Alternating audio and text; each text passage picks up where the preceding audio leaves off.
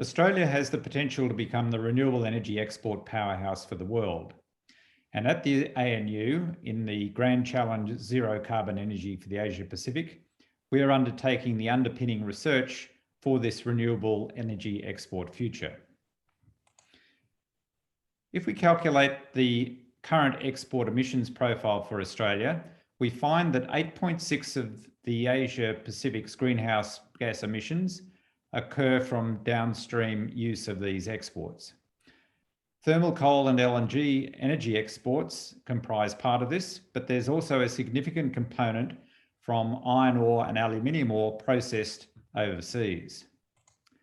At the Grand Challenge, we're looking at future Australian energy export scenarios where we export the same amount of energy, but this time as 80% hydrogen and as 20% renewable electricity through high voltage DC undersea cables. We also consider mining the same amount of ore, but using renewable electricity and hydrogen, converting this into green steel and green aluminium here in Australia.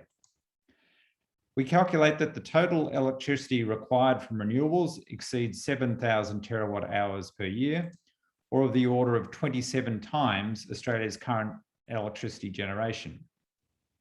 These are big numbers, but current proposals for energy exports, such as Sun Cable, which proposes to export several gigawatts of electricity to Singapore, also give us some guide to the future.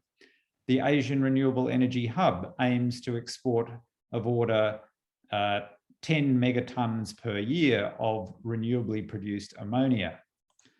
Yarra Pilbara aims to convert its current ammonia production to renewable ammonia and export that to its markets around the world.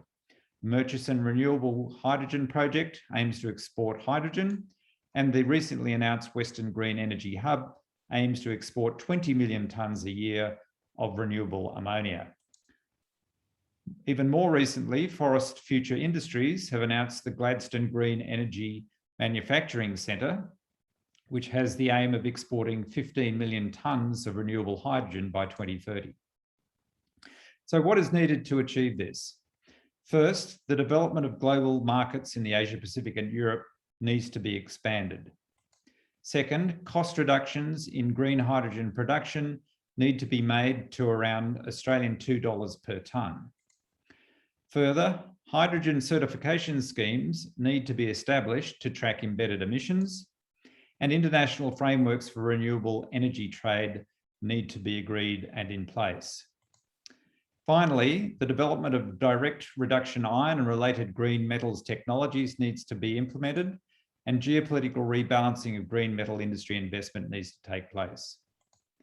Thank you very much for your attention.